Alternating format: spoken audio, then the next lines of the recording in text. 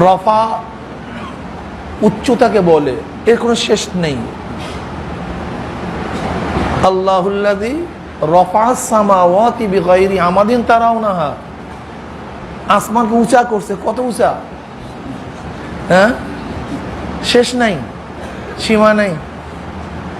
এই যে আমরা সবুজ সবুজ দেখি, এটা আসমান না, কিন্তু আসমান আমাদের চোখে ধরা পড়ার মতো জায়গায় নাই, সে অনেক উঁচায়। কারণ আসমান এত উঁচায় যা কোনো বিজ্ঞানীরা আবিষ্কার করতে পারবে না। কারণ যায়্যানাস সামা দুনিয়া বিমাসাবিহা ওয়া জাআলনাহা রুজুমান লিশ-শায়াতিন, আল্লাহ পাক প্রথম আসমানকে তারকা রাজির দ্বারা সুশোভিত করছে। তা সমস্ত তারকা কোথায়? প্রথম আসমানে। বিজ্ঞানীরা কি বলে, এমন অনেক তারকা যা সৃষ্টি হওয়ার পর থেকে আজ পর্যন্ত তার আলো দুনিয়াতে পৌঁছে নাই। তাই সেই তারকা যদি প্রথম আসমানে হয়, তা আসমান কোথায়? আল্লাহুল্লাযী রফা'আস সামাওয়াতি বিগাইরি আমাদিন তারাউনাহা, আল্লাহ পাক আসমানকে উঁচা করছে। কত উঁচা আমরা জানি না। ইয়ারফা'ইল্লাহুল্লাযীনা আমানু মিনকুম ওয়াল্লাযীনা উতুল ইলমা দারাজাত, একই শব্দ। যাদেরকে আল্লাহ পাক ইলম দান করছে তাদের মর্যাদাও উঁচা করিয়া ফেলেছে। কত উঁচা আমরা জানি না। আলেমরা অনেক দামি, অনেক আলেম যতদিন আছে তো দিন আছে, আলেম নাই দিনও নাই। বলতে পারেন হুজুর, অনেকেই মনে করি যে আমরা আমাদের দাওয়াতে দিন প্রচার করব, প্রসার করব, দিনকে টিকিয়ে রাখবো, এরকম অনেকের কিন্তু ধারণা আছে। আপনাদেরকে মনে রাখতে হবে, কোনো সাধারণ মানুষের দাওয়াতে দিন থাকবে না, দিন থাকতে পারে না, ঠিক না? অনেকে বুঝেন নাই, আমি একটু উদাহরণ দিলে ক্লিয়ার বুঝতে পারবেন এবং আমার কথাকে 100% সমর্থন করবেন ইনশাআল্লাহ, কোনো সন্দেহ নেই, সমর্থনও করবেন। যে দেখেন, বাঘের বাচ্চা নিজের শক্তিতে খেলা করে না, কেন? বাঘের বাচ্চারও হাজারো শত্রু আছে কি নাই? বাঘের বাচ্চারও হাজারো দুশ্মন আছে, কিন্তু বাঘের বাচ্চা নির্বিঘ্নে খেলা করে কেন? সাহস পেল কোথায়? পিছনে বাঘ। পিছনে বাঘ থাকার কারণে বাঘের বাচ্চার উপরে কেউ আক্রমণ করে না। যদি পিছনে বাঘ না থাকতো, ও বের হওয়ার সাথে সাথে ওর হাজারো শত্রু ওকে ধ্বংস করে ফেলতো, নিচ্ছিন্ন করে ফেলতো, ঠিক না? আজকে সাধারণ মানুষ কলেমার দাওয়াত নিয়ে, দ্বীনের দাওয়াত নিয়ে বিভিন্ন জায়গায় যায়, বিভিন্ন মসজিদে যায়। উনি ভাবতেছে আমি আমার শক্তিতে দাওয়াত দিচ্ছি, আমি আমার যোগ্যতায় দাওয়াত দিচ্ছি। তুমি তোমার শক্তিতে দাওয়াত দাও না, বরং ইসলামের হাজারো দুশ্মন আছে, শত্রু আছে, বড় বড় শত্রু, খ্রিস্টান, ইহুদি, মুশরিক, যারা অনেক জানে, অনেক জ্ঞানী, যে জ্ঞান সম্পর্কে আপনারা জানেনই না কত জ্ঞানী ওরা। আল মুনজাদ আল কামুসের মতো বড় বড় আরবি ডিকশনারি মুসলমান লেখে নাই, লেখছে খ্রিস্টানরা। জানো, এই যে মুনজাদ যা দিয়ে কিতাব হল করো, আল কামুসের মতো বড় বড় ডিকশনারি লেখছে কারা? খ্রিস্টান পণ্ডিতরা। ওরা আরবির উপরে এত দক্ষ, হাদিসের উপরে এত বিশেষজ্ঞ, চিন্তাও করতে পারবে না। হাদিসের কিতাবের উপরে খ্রিস্টানরা যে কিতাব লিখছে, আমাদের বড় মুহাদ্দিসরাও এই ধরনের কিতাব লিখতে পারে নাই। এত বিশাল কিতাব লিখছে খ্রিস্টানরা, এত জানে, অনেক জ্ঞান ওদের। শুধু ইসলামকে ধ্বংস করার জন্য ওরা জ্ঞান চর্চা করে। ইন কুনতুম ফি রাইবিম মিম্মা নাযালনা আলা আবদিনা ফাতু বিসূরাতিন মিন মিসলিহি ওয়াদউ শুহাদাআকুম মিন দুনিল্লাহি ইন কুনতুম সাদিকিন। এই চ্যালেঞ্জ আজ পর্যন্ত ওরা গ্রহণ করছে, আজও পর্যন্ত। এর জন্য আরবির উপরে বিশাল বিশেষজ্ঞ হয়ে গেছে। কোন জায়গায় ইখতিলাফ আছে, মতনৈক্য আছে, তারুজ আছে, তোমার আমার জানা নাই, কিন্তু খ্রিস্টান পণ্ডিতদের জানা আছে। কথা বুঝো নাই? তো তুমি যখন দাওয়াত নিয়ে যাবা, তোমার কাছে এক খ্রিস্টান পণ্ডিত আসবে, ভাই কি নিয়ে আসছেন? বলবে কোরআন ও হাদিসের দাওয়াত নিয়ে আসছি। তাহলে এর মধ্যে ভুল আছে, এর মধ্যে কি আছে? ভুল। বলে এই যে দেখেন এই ভুল, এই সমস্যা,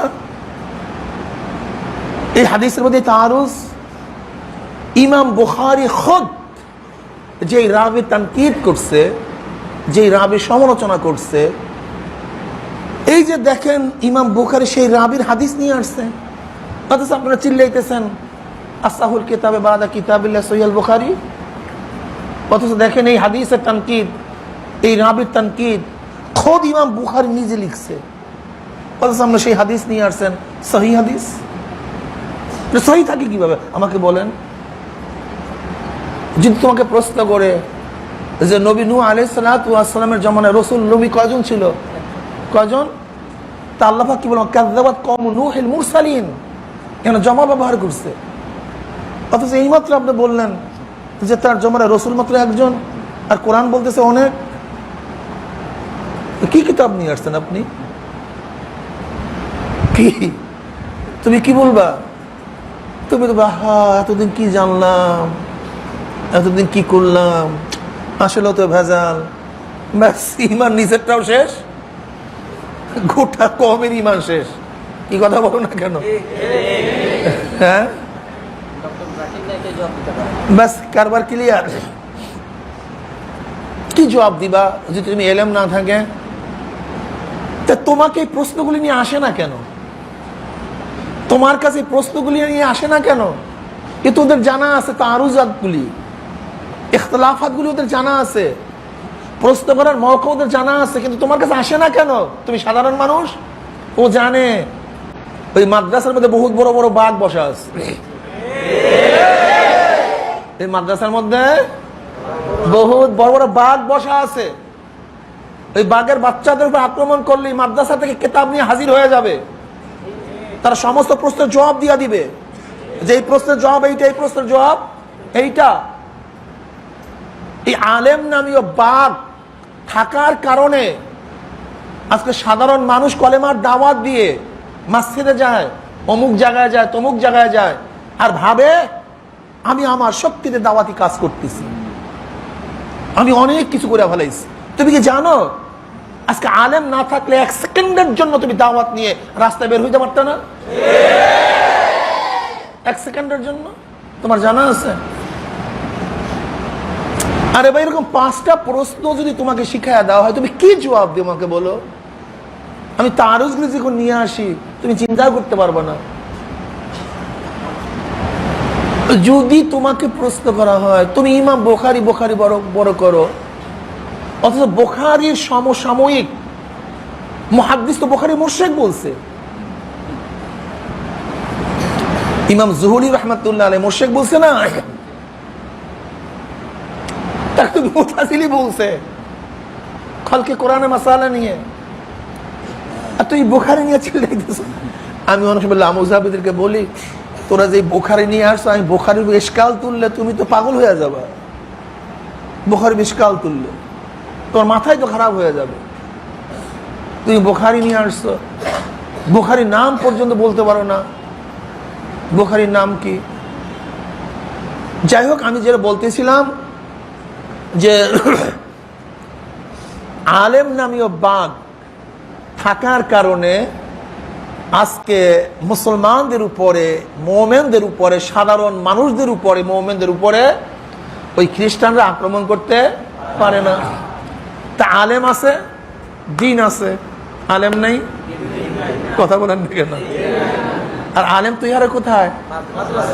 মাদ্রাসা আছে, আলেম আছে, আলেম আছে তো দিন আছে, দিন আছে তো দুনিয়া আছে, দিন নাই। মুসলিম শরীফের মধ্যে হাদিস আছে, লা তাকুমুস সাআ হাত্তা ইয়াকুলু ফিল আরদি আল্লাহ আল্লাহ। যতক্ষণ পর্যন্ত গোটা দুনিয়ার মধ্যে একজন মুমিন আমার আল্লাহকে আল্লাহ কইয়া ডাক দিবে, ততক্ষণ পর্যন্ত কিয়ামত হবে না। কাজে মুমিন আছে তো আসমান আসমানের জায়গায়, সূর্য সূর্যের জায়গায়, চন্দ্র চন্দ্রের জায়গায়। যদি আলেম মুমিন না থাকে, ক্লিয়ার কথাটা বুঝাতে পারছি? সে আলেম তৈয়ার হয় মাদ্রাসায়। এখন কি মনে করে মাদ্রাসার গুরুত্ব কত? অনেক গুরুত্ব, ঠিক না? আলেম আছে, দিন আছে, দিনের বাতি। দেখেন এখানে বাতি জ্বলতেছে, এর পাওয়ার হাউস ভেড়ামারা, আশুগঞ্জ, কর্ণফুলী, আপনার সমস্ত খুলনার মানুষ ক্ষিপ্ত হয়ে গেছেন, বাতি ব্যবহার করবেন না। পাওয়ার স্টেশন ঠিক, তো বরিশালের মানুষ বাতি ব্যবহার করবে? বরিশালের মানুষ ক্ষিপ্ত হয়ে গেছে, বাতি ব্যবহার করবে না। পাওয়ার স্টেশন ঠিক, তো ঢাকার মানুষ বাতি ব্যবহার করবে? তারা ক্ষিপ্ত হয়ে গেছে, বাতি ব্যবহার করবে না। পাওয়ার স্টেশন ঠিক, সিলেটের মানুষ বাতি ব্যবহার করবে? সিলেটের মানুষ বাতি ব্যবহার করবে না। পাওয়ার স্টেশন ঠিক, ভারতের মানুষ, এক জায়গায় না এক জায়গায় পাওয়ার স্টেশন ঠিকলে বাতি জ্বলবি। ধরে নেন আজকে খুলনার সমস্ত মানুষ ক্ষিপ্ত হয়ে গেছে, আলেম রাখবে না। আলেম জিন্দা আছে, ওরা ঢাকায় গিয়ে দাওয়াত দিবে, ঢাকার মানুষ দিন কবুল করবে। ঢাকার মানুষ ক্ষিপ্ত হয়ে গেছে, আলেম রাখবে না। ওরা সিলেটে গিয়ে দিনের দাওয়াত দিবে, সেখানের মানুষ দিন কবুল করবে। গোটা মানুষ, বাংলাদেশের মানুষ ক্ষিপ্ত হয়ে গেছে, আলেম রাখবে না। ওরা ভারতে গিয়ে দাওয়াত দিবে, ওরা আমেরিকায় গিয়া দাওয়াত দিবে, ওরা সাউথ আফ্রিকার জঙ্গলে গিয়া দাওয়াত দিবে। আলেম জিন্দা আছে, দাওয়াতও জিন্দা আছে, দাওয়াতও জিন্দা আছে, দিনও জিন্দা আছে। এক জায়গার না এক জায়গায় মানুষ দিনের দাওয়াত কবুল করবেই। কি কথা ঠিক না? কিন্তু আলেম নাই, কথা বলেন না কেন? দিন ক্লিয়ার, এটা থাকবে না। কাজে এর জন্য মনে রাখতে হবে, এই আলেমের ইন্ডাস্ট্রিজ ঠিক রাখতে হবে, আলেম তৈয়ার করার ইন্ডাস্ট্রিজ, এই ফ্যাক্টরি ঠিক রাখতে হবে। আল্লাহ পাক রব্বুল আলামিন আমাদের সবাইকে এই ফ্যাক্টরিকে ঠিক রাখার তৌফিক দান করেন। বাস ভাই একটু কথা বলতে দেন, এত সময় লাগার তো কথা না, যারা চালু একটু কথা বলতে দেন।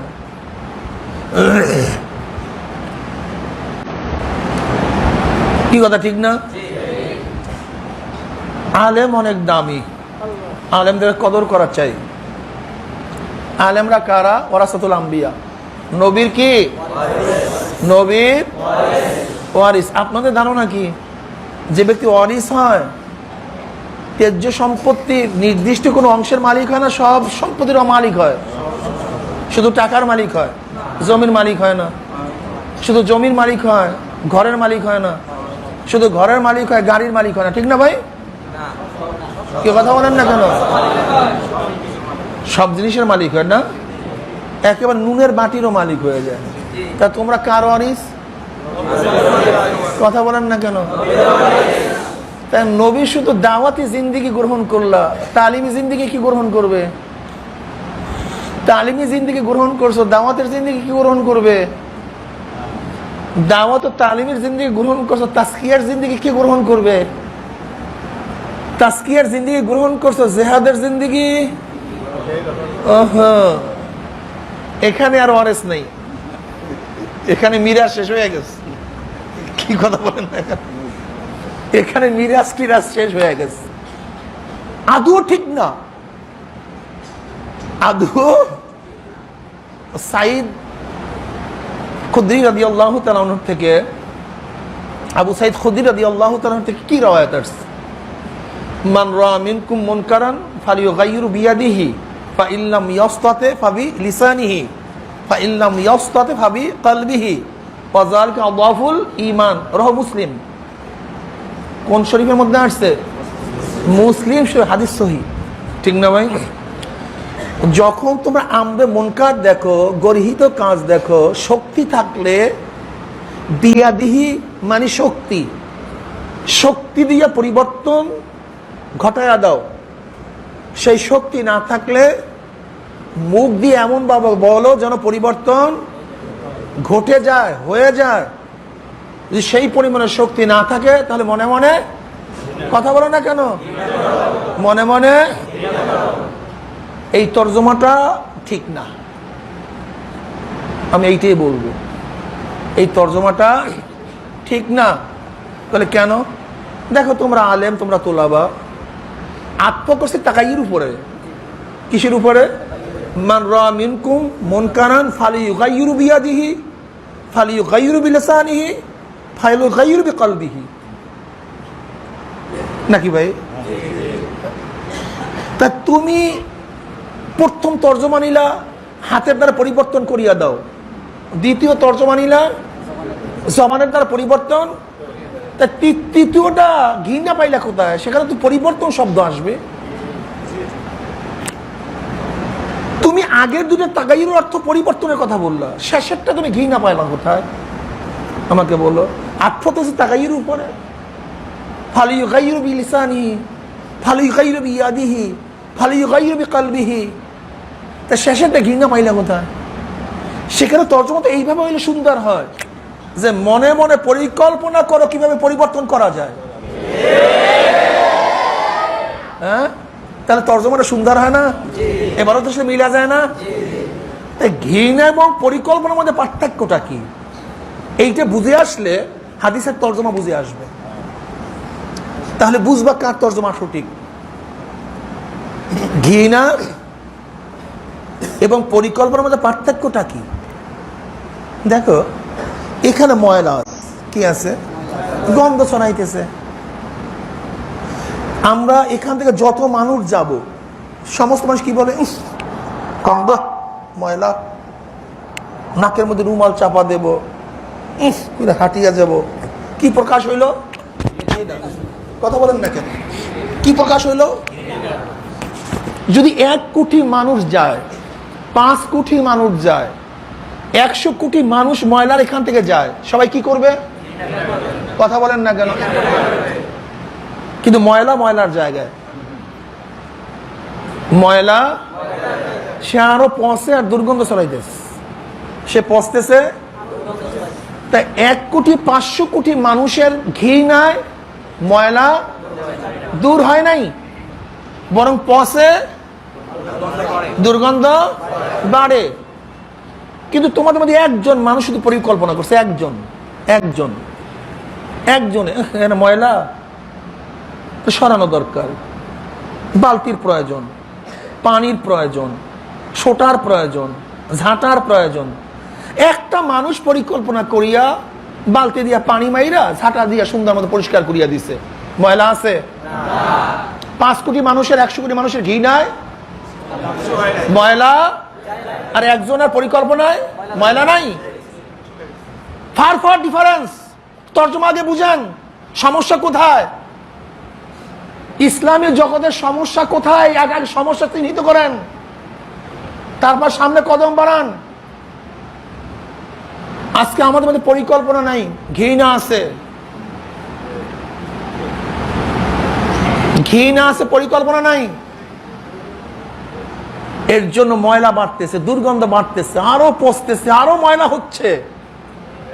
কিন্তু যখন এই মুসলমান গোষ্ঠী পরিকল্পনা করবে এই সমাজকে কিভাবে পরিবর্তন করা যায়, এই দুর্গন্ধ আবর্জনা কিভাবে সরানো যায়, এই খোদাদ্রোহী শাসকদেরকে, খোদাদ্রোহী আইনকে উৎখাত করে মদিনাওয়ালার আইনকে কিভাবে বাস্তবায়ন করা যায়, হার ফন থেকে, হার এলাকার থেকে, হার শখসিয়াতের থেকে, হার ব্যক্তির থেকে যদি পরিকল্পনা আসতো, তাহলে এই ময়লা মরক, এই পচা গান্দা সমাজের মধ্যে থাকতো না, দূর হইতে বাধ্য। কিন্তু পরিকল্পনা নাই। আমি তোলাবা ওলামাদেরকে বলবো, আমার ওলামায়ে কেরাম, তোলাবা আযাম, আল্লাহ পাক শুধু এই পেট পিটের জন্য আমাদেরকে সৃষ্টি করেননি। এই পাঠন পঠন, এই পাঠন আর পঠন ছাত্র জীবনে পড়ছি, উস্তাদ জীবনে পড়াবো, এই শুধু এই কাজ, এই পাঠন পঠন না। আমাদেরকে মাওলা পাক রব্বুল আলামিন ভিন্ন এক উদ্দেশ্য সৃষ্টি করছেন, ইন্নী জাইলুন ফিল আরদি খলিফা। কাজী আল্লাহর প্রতিনিধিরা শুধু পিঠ এবং পেট নিয়ে ব্যস্ত থাকলে হবে না। আল্লাহর প্রতিনিধিদেরকে, তাদেরকে পরিকল্পনা গ্রহণ করতে হবে, আল্লাহর জমিনে আল্লাহর হুকুমতকে বাস্তবায়ন করার চেষ্টা করতে হবে। এবং শুধু ঘৃণা করলে চলবে না, আমাদেরকে সংকল্পবদ্ধ হতে হবে, গভীর ফিকির করতে হবে। এই জন্য আল্লাহ পাক কি বলেন? আফালা তাতাফাক্কারুন আফালা তাআকিলুন ইয়া উলিল আবসার ইয়া উলিল আলবাব লিউযহিরাহু আলা দ্বীনি কুল্লি। এ ব্যাখ্যা আজকে আর দেব না, সময়ও নেই। এখানে লিউযহিরাহু আলা দ্বীনি কুল্লি, এই দ্বীনে কুল্লিটা কি? সমস্ত দ্বীনের উপরে নবীর দ্বীন বুঝে অর্জন করবে। তাহলে গায়রের দ্বীনকে ওখানে দ্বীন বলা হয়েছে, গায়রের দ্বীনকেও দ্বীন বলা হয়েছে। তাই গায়রের দ্বীনটাকে একটা আদর্শ, একটা নীতি, হিন্দুদের একটা নীতি, খ্রিস্টানদের একটা নীতি আদর্শ, ইহুদিদের একটা নীতি আদর্শ, খ্রিস্টানদের একটা নীতি আদর্শ, সক্রেটিসের, Plato, Aristotle, Locke, Montesquieu, Abraham Lincoln, Karl Marx, Mao Zedong, এদের একটা নীতি এবং আদর্শ। চাইছে ডেমোক্রেসি হোক, সোশ্যালিজম হোক, ক্যাপিটালিজম হোক, কমিউনিজম হোক, এগুলি একটা নীতি আদর্শ। লিউযহিরাহু আলা দ্বীনি কুল্লি, গোটা দুনিয়ার মধ্যে যত নীতি ও আদর্শ আছে, সমস্ত নীতি ও আদর্শের উপরে নবী আলাইহিস সালাতু নীতি ও আদর্শ বিজয় অর্জন করবে। হুয়াল্লাযী আরসালা রাসূলাহু বিল হুদা ওয়া দীনিল হক লিউযহিরাহু আলা দ্বীনি কুল্লি। এই আলা দ্বীনি কুল্লিটা কি? আমার নবীর বাহিরে যত নীতি ও আদর্শ আছে দুনিয়ার মধ্যে, যুগে যুগে সর্বকালে সব সময় আমার নবীর নীতি ও আদর্শ সমস্ত নীতি ও আদর্শের উপরে বিজয় অর্জন করবে। অথচ দেখা যায় আমরা তার উম্মাদ হয়ে তার কিতাব পড়ে, সেই কোরআন হাদিস পড়ে আজকে গণতন্ত্র বা সম্পর্কে জানি না তোলাবাড়া, সোশ্যালিজম সম্পর্কে জানি না তোলাবাড়া, কমিউনিজম যেটা আদর্শ জানি না তোলাবাড়া, সেকুলার একটা আদর্শ জানি না তোলাবাড়া। তা তুমি কিভাবে বিজয় অর্জন করবা? কও আমাকে। তুমি তো আদর্শ জানতে হবে। সেইটা জানার পরে, যেমন আমরা মুতাজিলীদের বিরুদ্ধে, মুআত্তিলাদের বিরুদ্ধে, জবরিয়াদের বিরুদ্ধে, খারিজিদের বিরুদ্ধে, রাফিদের বিরুদ্ধে, ইসনা আশারিয়াদের বিরুদ্ধে, শিয়াদের বিরুদ্ধে আমরা জানি না, জানার পরে তো তাদের উপরে তানকিদ করি, আমরা দালাইলের ভিত্তিতে তাদের জবাব দিই। তুমি জানোই না এগুলি কি, তা জবাব দেবে কিভাবে আমাকে বলো?